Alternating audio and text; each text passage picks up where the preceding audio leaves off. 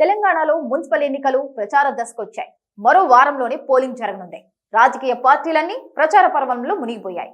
ఫిబ్రవరి 11న రాష్ట్ర వ్యాప్తంగా 117 మున్సిపాలిటీలు, 7 మున్సిపల్ కార్పొరేషన్లకు ఎన్నికలు జరగనున్నాయి. దక్షిణ తెలంగాణలో పరిస్థితి కాంగ్రెస్ కు అనుకూలంగా ఉన్నట్లు కనిపిస్తున్నా ఉత్తర తెలంగాణలోని ఉమ్మడి ఆదిలాబాద్, నిజామాబాద్, కరీంనగర్ జిల్లాల్లో మాత్రం బీజేపీ గట్టి పోటీ ఇచ్చే సంకేతాలు కనిపిస్తున్నాయి.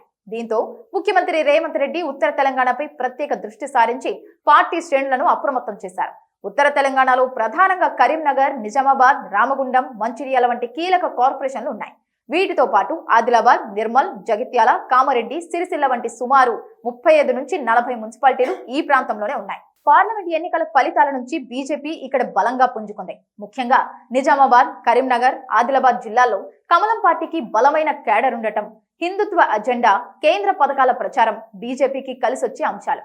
దీంతో చాలా చోట్ల కాంగ్రెస్ వర్సెస్ బీజేపీ అన్నట్లుగా పోరు సాగుతోంది. బీజేపీ దూకుడును అడ్డుకునేందుకు సీఎం రేవంత్ రెడ్డి వ్యూహాత్మకంగా అడుగులు వేస్తున్నారు. ఇప్పటికే ఉత్తర తెలంగాణ నేతలతో వరుస భేటీలు జరిపిన ఆయన ప్రభుత్వ సంక్షేమ పథకాలైన రుణమాఫీ, ఇందిరమ్మ ఇళ్లు వంటి అంశాలను ఇంటింటికి తీసుకువెళ్లాలని ఆదేశించారు. బీజేపీ మతపరమైన అంశాలతో ఓట్లను చీల్చే ప్రమాదం ఉందని భావిస్తున్న సీఎం అభివృద్ధి మంత్రంతో ఆ పార్టీని కట్టడి చేయాలని చూస్తున్నారు. ఇందుకోసం ఉత్తర తెలంగాణ జిల్లాలకు చెందిన మంత్రులకు కీలక బాధ్యతలు అప్పగించారు. గతంలో ఈ ప్రాంతాన్ని శాసించిన బీఆర్ఎస్ ప్రస్తుతం మనుగడ కోసం పోరాడుతోంది.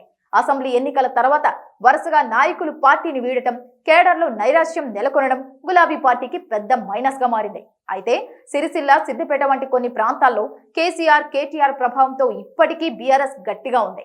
ముక్కోణపు పోటీ జరిగే చోట బీఆర్ఎస్ చీల్చే ఓట్లు ఎవరికి లభిస్తాయి అనేది ఆసక్తికరంగా మారింది. కాంగ్రెస్, బీజేపీల మధ్య ప్రధాన పోరు సాగుతుండటంతో బీఆర్ఎస్ సైలెంట్ ఓటింగ్ ను నమ్ముకుంది.